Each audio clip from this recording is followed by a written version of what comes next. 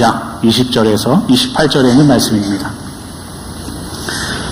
요한복음 12장, 제가 가진 성경으로는 신약성경 167면에 있는 요한복음 12장 20절에서 28절에 있는 말씀입니다.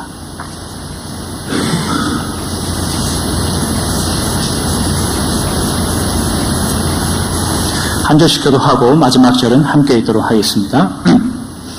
20절부터 제가 봉독합니다. 명절에 예배하러 올라온 사람 중에 헬라인 몇이 있는데 그들이 갈릴리 베세다 사람 빌립에게 가서 청하여 이르되 선생이여 우리가 예수를 배웁고자 하나이다 하니 빌립이 안드레에게 가서 말하고 안드레와 빌립이 예수께 가서 여쭈니 예수께서 대답하여 이르시되 인자가 영광을 얻을 때가 왔도다. 내가 진실로 진실로 너희에게 이르노니 한 알의 일이 땅에 떨어져 죽지 아니하면 한 알 그대로 있고 죽으면 많은 열매를 맺느니라. 자기의 생명을 사랑하는 자는 잃어버릴 것이요 이 세상에서 자기의 생명을 미워하는 자는 영생하도록 보존하리라. 사람이 나를 섬기려면 나를 따르라. 나 있는 곳에 나를 섬기는 자도 있고 거기 있으리니 사람이 나를 섬기면 내 아버지께서 그를 귀히 여기시리라. 지금 내 마음이 괴로우니 무슨 말을 하리요. 아버지여 나를 구원하여 이 때를 면하게 하여 주옵소서. 그러나 내가 이를 위하여 이 때에 왔나이다. 함께 읽겠습니다.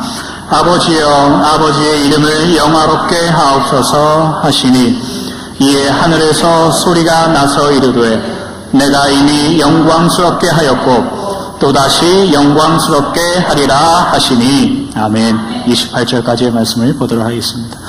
오늘 저희가 이 페이스교회와 연합 예배를 드리기 때문에 오늘은 말씀을 길게 하지 않습니다. 여러분들 오늘은 말씀을 짰네 라고 생각하지 마시고 오늘 뭐 그런 날도 있어야죠. 여러분들 그렇게 이해해 주시기 바랍니다.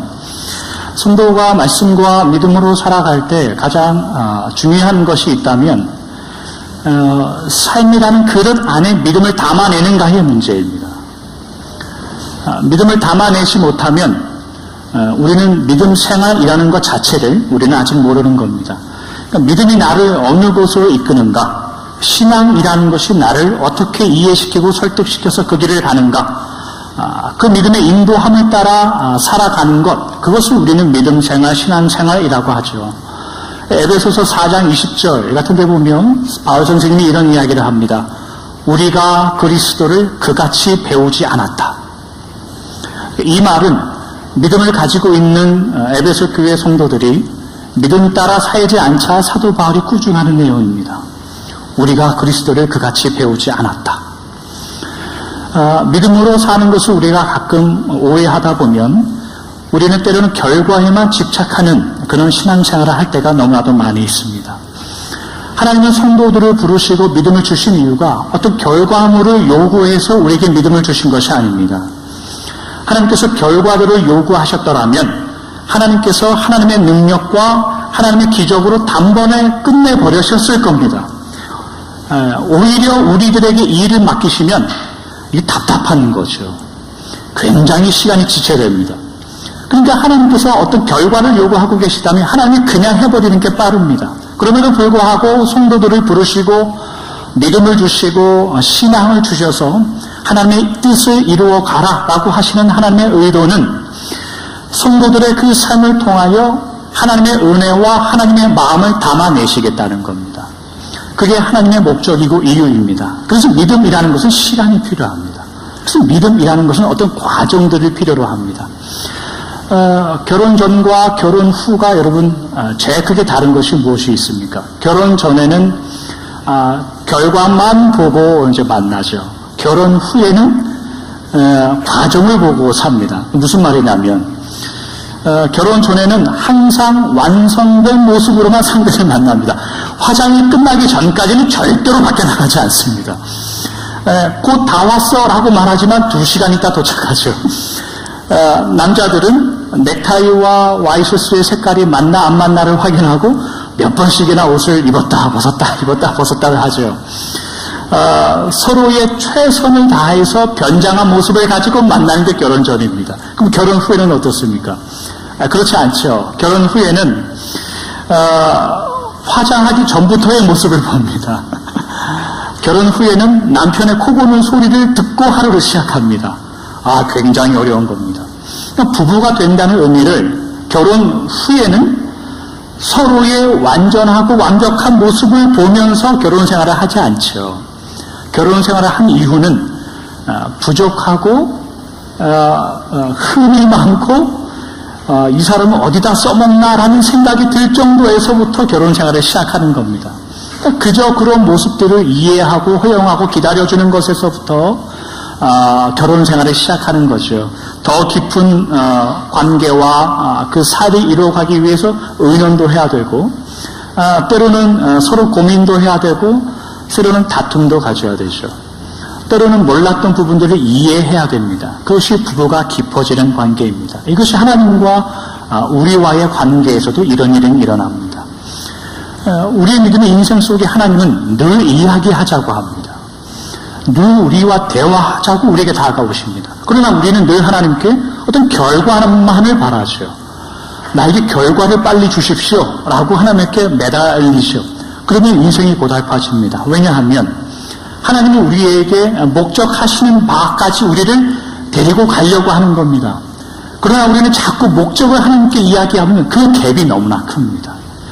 하나님 우리를 데리고 가시는 그 길과 우리가 여기 앉아서 멀리 바라보는 그 목적이 너무나 멀기 때문에 우리 인생은 힘들어집니다.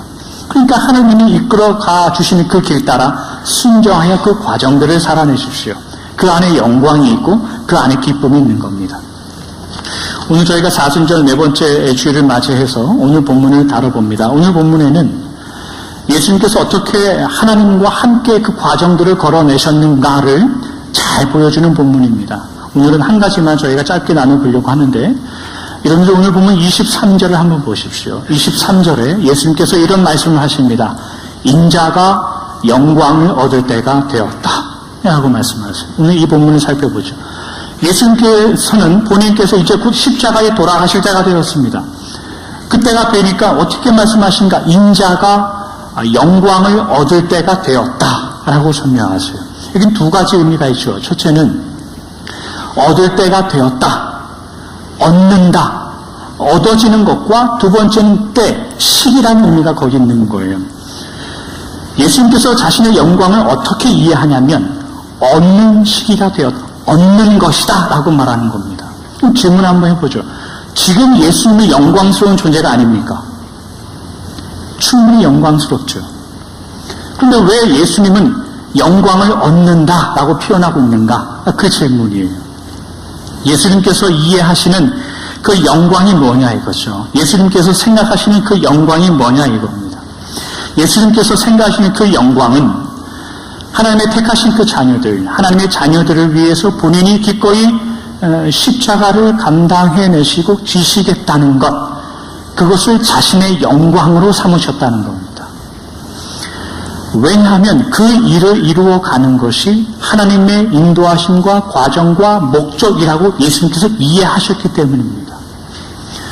예수님께서 자신의 영광이라는 것을 뭐로 증명하냐면 죽는 것으로 증명한다 이 말이에요. 우리 편으로 다시 한번 와보죠. 여러분들은 어떻게 영광됨을 증명합니까? 속이 세상 사람들 한번 보죠. 연예인들이 어떤 시상식에서 상을 받으면 하나님께 영광을 돌립니다. 이런 말을 하죠. 우리는 언제 하나님 영광 돌립니다. 언제 이런 말을 합니까? 굉장히 큰 어떤 유익을 받았을 때 그 고백을 하죠. 쉽게 표현하면 감사. 우리가 언제 감사합니까, 여러분? 우리가 언제 감사하냐면 하나님께 큰 어떠한 것을 받았을 때 감사하는 거예요. 근데 지금 예수님을 보십시오. 하나님의 영광을 이제 제가 받습니다. 그 영광과 감사라는 것을 뭘로 확인하느냐 이거예요. 십자가로 확인한다 이겁니다. 십자가로 죽는 것으로 영광을 확인한다 이거예요. 왜 그것으로 영광을 확인하냐면 그것이 자신의 일을 통해서 하나님의 목적과 사역을 이루어 나가는 것이기 때문에 그 안에 영광을 드러낸단 말입니다. 우리는 어떠냐 말이죠. 여러분들 감사하지 못하는 가운데 감사하십니까? 이건 도저히 영광스럽지 않은 일이다 라고 말할 수밖에 없는 과정을 살아내는 데에서도 불구하고 하나님 영광 받으시옵소서 라는 고백을 해내십니까? 이 예수님의 삶을 우리가 닮아가야 될 줄로 믿습니다. 두 번째, 예수님께서 영광을 얻을 때가 되었다, 왔도다 라는 말은 지금까지, 이때까지, 지금 이 순간까지 예수님께서 길을 걸어오셨다는 거예요. 요한복음 우리가 잘 읽다 보면 늘 예수님의 말씀, 기적이나 가르침 뒤에는 뭐가 따라오냐면 아직 때가 안 되었다 그 말이에요. 근데 지금 이 타이밍에 예수님은 지금이 때가 되었다라는 거예요. 30년을 살아가시고 3년의 사역이 맞춰지는 이 순간에 드디어 때가 되었다라는 이 말은 지금까지 걸어오신 길이 있다는 겁니다, 여러분. 이게 왜 중요하냐면 지금까지 시간을 거쳐 오셨다는 뜻이에요. 예수님께서 메시아이지만 당신의 삶을 걸어오셨다는 거예요. 이것이 우리에게 어떤 은혜가 됩니까? 여러분에게 어떤 은혜가 됩니까? 예수님께서도 여러분들과 같은 삶을 걸어오셨다는 겁니다. 오늘 말씀을 통해 여러분, 예수님에게 영광이라는 것은 기꺼이 그때까지 그 길을 살아내신 것이고, 그리고 하나님의 은혜와 목적과 인도하심을 이뤄내기 위해서 기꺼이 십자가를 지셨다는 것, 그것으로 영광을 확인하셨다는 겁니다. 이 예수님의 마음을 여러분의 믿음의 인생 가운데에서도 절대 놓치지 마시길 바랍니다. 예수님께서 영광, 십자가로 이루어내신 이 영광으로 그 결과가 무엇이냐면 요한복음 17장 1절부터 3절은 이렇게 기록합니다. 예수께서 이 말씀을 하시고 눈을 들어 하늘을 우러러 이르시되 아버지여 때가 이르렀사오니 아들을 영화롭게 하사 아들로 아버지를 영화롭게 하게 하옵소서. 아버지께서 아들에게 주신 모든 사람에게 영생을 주게 하시려고 만민을 다스리는 권세를 아들에게 주셨음이로소이다. 영생은 곧 유일하신 참 하나님과 그가 보내신 자 예수 그리스도를 아는 것이니이다.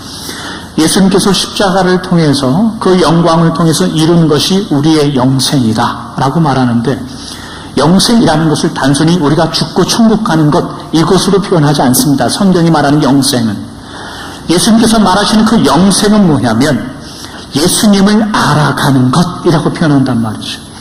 그럼 예수님을 알아간다는 의미에서 영생은 여러분들이 죽고 천국 가서 시작되는 게 아니라 언제 시작되는 겁니까? 지금 시작되는 거죠. 지금 십자가를 통해서 예수님을 알아가는 일들, 그 믿음들이 여러분들의 삶 가운데 드러나셔야 됩니다. 그게 영생을 아는 자들이고 구원을 아는 자들입니다. 하나님을 알아가고 예수님을 알아간다라는 의미는 남편과 아내가 서로 알아간다는 의미예요. 그것이 여기에 쓰입니다. 여러분, 그렇다면 우리는 믿음이라는 것을 가지고 영광이라는 것을 생각할 때 뭘 기대하냐 말이죠. 여러분들은 하나님께 하나님 내가 믿음을 가지고 십자가의 승리하는 것을 가지고 하나님 영광스러운 삶을 살게 해주십시오 라고 고백하며 기도할 때 여러분들은 뭘 기대합니까? 십자가로 이루신 그 구원이 예수님께서 마침내 영광으로 인하여 우리에게 주신 구원과 영생이라고 하는데, 그럼 우리는 그 구원과 영생이라는 것을 가지고 어떤 영광을 기대하면서 사십니까? 그것이 오늘 본문이 우리에게 하는 질문입니다. 여러분 살아가시는데 정말로 예수님을 알아가는 것이 필요하십니까? 솔직히 말하면 예수님을 덜 알아도 사는데 별 지장 없습니다. 예수님을 조금 덜 알아도 우리가 세상에서 먹고 사는데 별 지장 없습니다. 그러나 예수님 말씀하세요. 영생, 구원이라는 것은 나를 알아가는 것이다라고 말해요. 그럼 우리는 영생을 누리며 맛보며 살아갑니다라고 말할 때 그게 무슨 의미로 여기고 있냔 말이죠.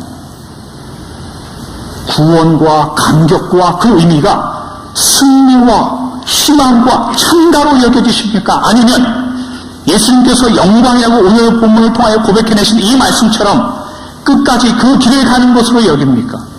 아니면 지금부터 하나님을 알아가는 것, 그것으로 여기십니까? 먼저 대답해 주셔서 감사합니다, 권사님. 영생을 안다는 것, 하나님 때문에 제가 영광된 삶을 삽니다 라고 말하는 것은 먼 훗날 제가 하나님을 만나는 그날에 내가 주님과 기쁘게 살겠습니다, 그것뿐만이 아니라 오늘 내가 살아가는 하루의 현실 가운데에 영광을 알고 사는 겁니다. 끝까지 견뎌내시기로 십자가를 감당하시고 그 30년과 3년의 사역을 살아가신 그 예수님의 발자국을 따라가고 알아가는 겁니다. 에베소서 4장 20절의 말씀을 여러분 놓치지 마십시오. 우리가 그리스도를 그같이 배우지 않았다. 이 말은 예수님이 가신 그 길이 너희가 가는 길이 아닐 수도 있다 이거죠. 예수님께서 여기신 그 영광의 길이라는 것이 우리가 믿음과 신앙을 가지고 생각하고 주 앞에 기도하는 영광의 길이 아닐 수도 있다라는 겁니다. 여러분, 그 예수님이 가셨던 길을 따라가십시오. 그 예수님이 가셨던 그 영광이 무엇인가를 고민하여 그 길로 순종하여 따르십시오. 예수님께서 당신의 영광을 어디에서 확인하시고 언제 확인하셨는가를 기억하십시오. 죄인들을 위하여 십자가를 지실 때가 가까이 오자 영광을 얻을 때가 되었습니다. 하나님, 마침내 그때까지 자신의 33년의 인생을 마무리하는 그 시점에 돼서야 하나님 영광을 제가 바라봅니다 라고 확인하셨던 그 예수님의 마음, 그 마음을 알아가시기 주님의 이름으로 축원합니다. 말씀을 정리하도록 하겠습니다. 스위스 같은 그 서부의 서부 유럽 쪽에는 15m, 한 20m 정도의 고목들이 굉장히 많대요. 근데 이 고목들이 그냥 강풍 한 번만 불면 다 넘어진다고 합니다. 이유가 뭐냐 이제 조사를 해보니까 거기는 1년 12달 비가 부슬부슬 차는데요. 그냥 우리나라나 뭐 시카고처럼 겨울에 혹한기 이런 게 없어요. 그러니까 아무리 15m, 20m 정도 되는 나무라 할지라도 나무의 뿌리가 땅속으로 1m 이상 깊게 들어가는 나무가 없대요. 왜냐하면 나무 뿌리를 그냥 옆으로만 뻗어도 물기가 다 있어요. 거기서 충분히 먹어 살 수 있는 게 거기 있단 말이죠. 그러니까 물을 찾아서 땅속으로 있는 나무 뿌리들이 안 들어가는 거예요. 그러니까 뭐 위로 15m가 됐든 20m가 됐든 30m가 됐든 굉장히 큰 고목이라 할지라도 그냥 비바람만 불면 다 넘어 떨어집니다. 성도라는 자들은, 믿음이라는 것은 믿음의 뿌리를 내는 거예요. 믿음의 뿌리를 내렸다는 의미는 그 믿음의 뿌리가 예수님께 심겨져서 깊어진다는 의미입니다. 그것을 놓치시면 안 됩니다. 믿음의 뿌리가 깊어진다는 것은 예수님의 가셨던 그 길을 함께 걸어내는 거죠. 그리고 그것을 영생과 구원으로 아는 겁니다. 그 믿음의 뿌리를 깊이 내릴 때에는 여러분 수고로움도 있죠. 견뎌야 될 일들도 반드시 있습니다. 그러나 오늘 본문이 말하는 것은 그것이 성도의 영광이다 라고 말하는 것이고 그것이 믿는 자들의 영광이다 라고 말하는 겁니다. 여러분의 삶 가운데에 믿음의 인생을 살아낼 때에 예수님의 마음을 기억하십시오. 예수님은 절대로 당신이 가진 능력과 힘으로 그 기적의 능력으로 당신이 메시아인 것을 드러내지 않았습니다. 오직 십자가로 증명해내셨습니다. 여러분들은 믿음을 살아갈 때 떵떵거릴 게 별로 없을 겁니다. 그러나 하나님은 그것을 영광이라고 하는 겁니다. 그러니 지지 마십시오. 세상에 속지 마시고 이기는 자가 되시고 이 영광된 길을 걸어가는 여러분들 되시길 주님의 이름으로 축원합니다. 기도하겠습니다. 주신 하나님 감사합니다. 오늘 말씀을 통하여 예수님께서 아버지께 나의 영광을 받을 때가 되었습니다. 이렇게 고백했던 장면을 우리가 나누어 보았습니다. 예수님께서 하나님 앞에 영광을 증명하시고 고백했던 그 순간은 기적을 베푸시고 수많은 군중들이 예수님을 따르겠다고 함께 했던 그 순간들이 아니었습니다. 십자가를 지시고자 했던 그 순간에 예수님은 자신의 영광을 얻을 때가 되었다고 고백해내셨습니다. 사역 초반이 아니라 맨 마지막 죽기 직전에 그 말을 했습니다. 하나님, 우리의 믿음의 성도님들도 같은 길을 걸어갑니다. 우리의 영광의 순간이 아직 오지 않았음을 우리는 압니다. 그렇다고 하여서 우리가 겪는 여러 가지 아픔과 고난들이 쓸모없는 것이라고 우리가 말하지도 않습니다. 이렇게 하루하루 쌓여가는 우리의 믿음의 인생들, 이것이 주 앞에 영광스러운 길이요 하나님의 마침내 그 영광을 이루어드리기 위한 믿음의 길인 것을 아오니 하나님 함께 하여 주시고 믿음의 성도님들 주 앞에 능력을 얻어 감격하여 세상에 이기며 감격하여 십자가의 능력을 바라보고 살아갈 수 있도록 함께하여 주시옵소서. 좋으신 예수님의 이름으로 기도하옵나이다. 아멘. 찬송가 393